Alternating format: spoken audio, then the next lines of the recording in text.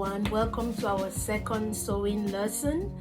Today we're going to be learning how to thread a sewing machine. I hope that you followed up from our last lesson. I first of all wanted to apologize for the delay. We had some technical issues uploading our videos to YouTube, so that's why we had to take a little bit more time to do the video so that you could understand it better, not all jumbled up like it was appearing. So I'm sorry for the delay. I know a lot of you have been anticipating and waiting for this for the second lesson, and I'm so glad that you actually enjoying it and contacting me to send the next lesson. This is gonna be today. We're gonna learn how to thread a sewing machine, and then we're gonna practice sewing a little bit with a piece of fabric to see how our stitching goes. If you have your manual, like I mentioned in the last class, try to go through your manual and see. It's gonna show you how to thread your machine. Everything is in the manual. I'm gonna show you how to thread using my own machine. Once again, the parts of the machine are all the same, so threading my machine is going to help you to thread yours as well if you're having some trouble following the instructions in your manual. So let's learn how to thread our machines so that we can proceed with our lesson. So we're going to start with checking out the kind of thread that we will use for our sewing. It's always good to get a good quality kind of thread. That way you don't encounter any problems with thread breakage, and that's very frustrating. Today I'm going to be using 100% polyester thread. You can actually get a bigger size from the store when you go there, but I'm just using a smaller size because I'm just going to be demonstrating how to thread a machine. So if you remember from our last class, we learned about the spool pins, which actually help to hold your thread when you're sewing. You can either let it, for my machine, I can either let it stay up or push it down, but today I'm just gonna let it stay up. So make sure that you follow the guide on your machine. Right there is my pre-thread guide. That is the first part where my thread goes after my spool pin. And also keep in mind that your thread should go anti-clockwise to the back, and then you hook it on that silver plate right there, which is called a pre-thread guide. Once you hook it into your pre-thread guide, that little pin right there, sometimes I just like to use it it helps me sew better, but it's mostly used for bobbin winding. It's not recommended for you to use. If you have it, don't use it. I'm so used to using that. So and then you place your thread now in your tension your disc, tension disc in there. Those are your tension discs. Just make sure that your balance wheel is working. Place your thread now through your take up lever. That's the part of that's the part of the machine that takes the thread up and down, helps through the balance wheel. Just make sure your thread is anti-clockwise when you're threading it. So once you put it through that silver plate, you go through your tension disc, you go down to the little hook near your needle. I have a needle threader, but I'm not gonna use that today. That's the needle threader right there. I'm just gonna thread my needle manually. Not all machines have threaders.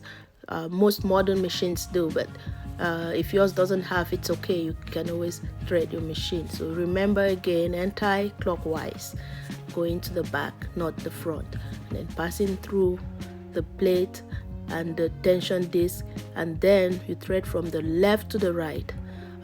If you have poor eyesight like me, you can use a magnifying glass to thread your machine, your needle. And then let's do the bobbin. The bobbin is that part that helps with the bottom thread. So if you don't have a bobbin, you cannot sew. Make sure that you follow the guide of each bobbin is different. You see, some people have silver bobbin, silver metal bobbins, but I do have a plastic one. Each machine is different, so mine comes in plastic and it goes into that little compartment right there. So I already wound my bobbin, but I'm gonna still demonstrate how I did it. That way you can also see how to wind yours.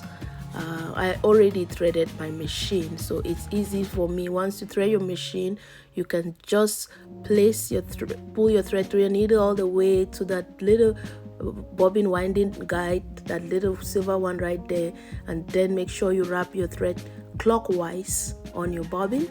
Then you press your bobbin winder and then you just wind the thread.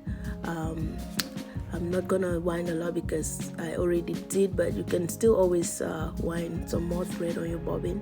It's just gonna continue sewing. When you start sewing, you will experience this and you will learn a lot about the bobbin and the thread. It's, you know, it usually stops on its own when it's done, but I just stopped it by myself because I wanted to show you how to wind your bobbin. And then follow the instructions on your manual and place your bobbin into that little compartment where it belongs, and you should be able to pull the thread towards you and then go to your right so that you can hook it. There is a little hook in there.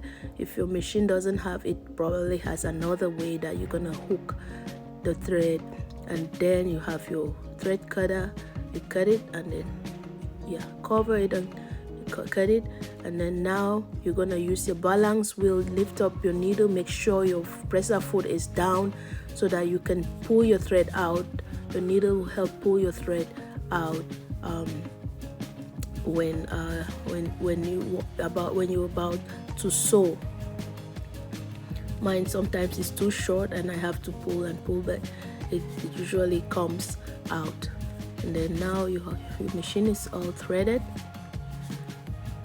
and you're ready to test it by using a piece of fabric.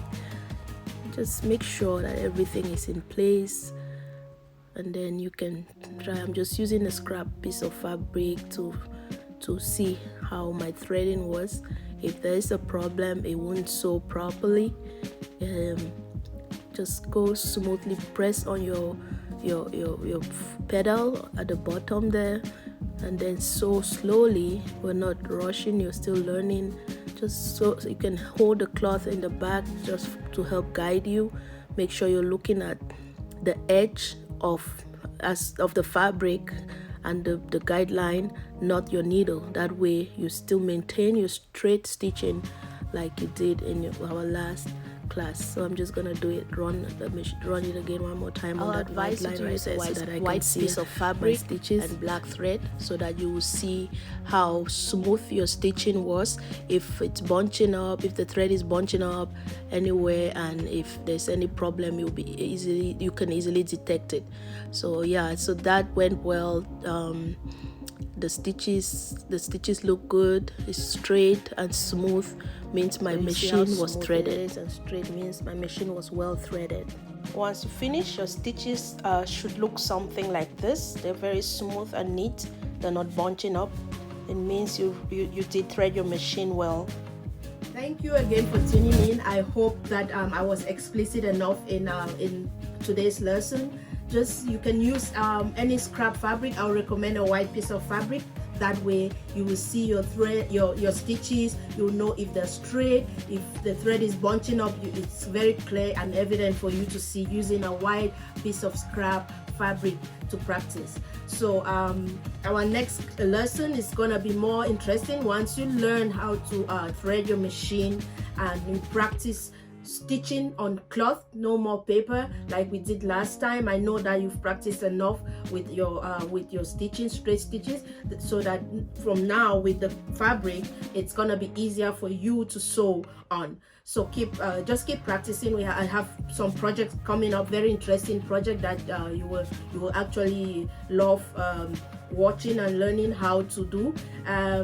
It could be a mask, it could be something else, something fun, but we will, from learning how to use our machines, the next thing we'll have to do is taking measurements and preparing little patterns, which you know, taking measurements of your body and stuff, and then actually creating something out of that and sewing it, and you will see how proud of yourself you're gonna be after you learn those things. I hope that you know, our lessons are gonna be more and more frequent, you know, without any technical issues or machine breakdowns and all that stuff.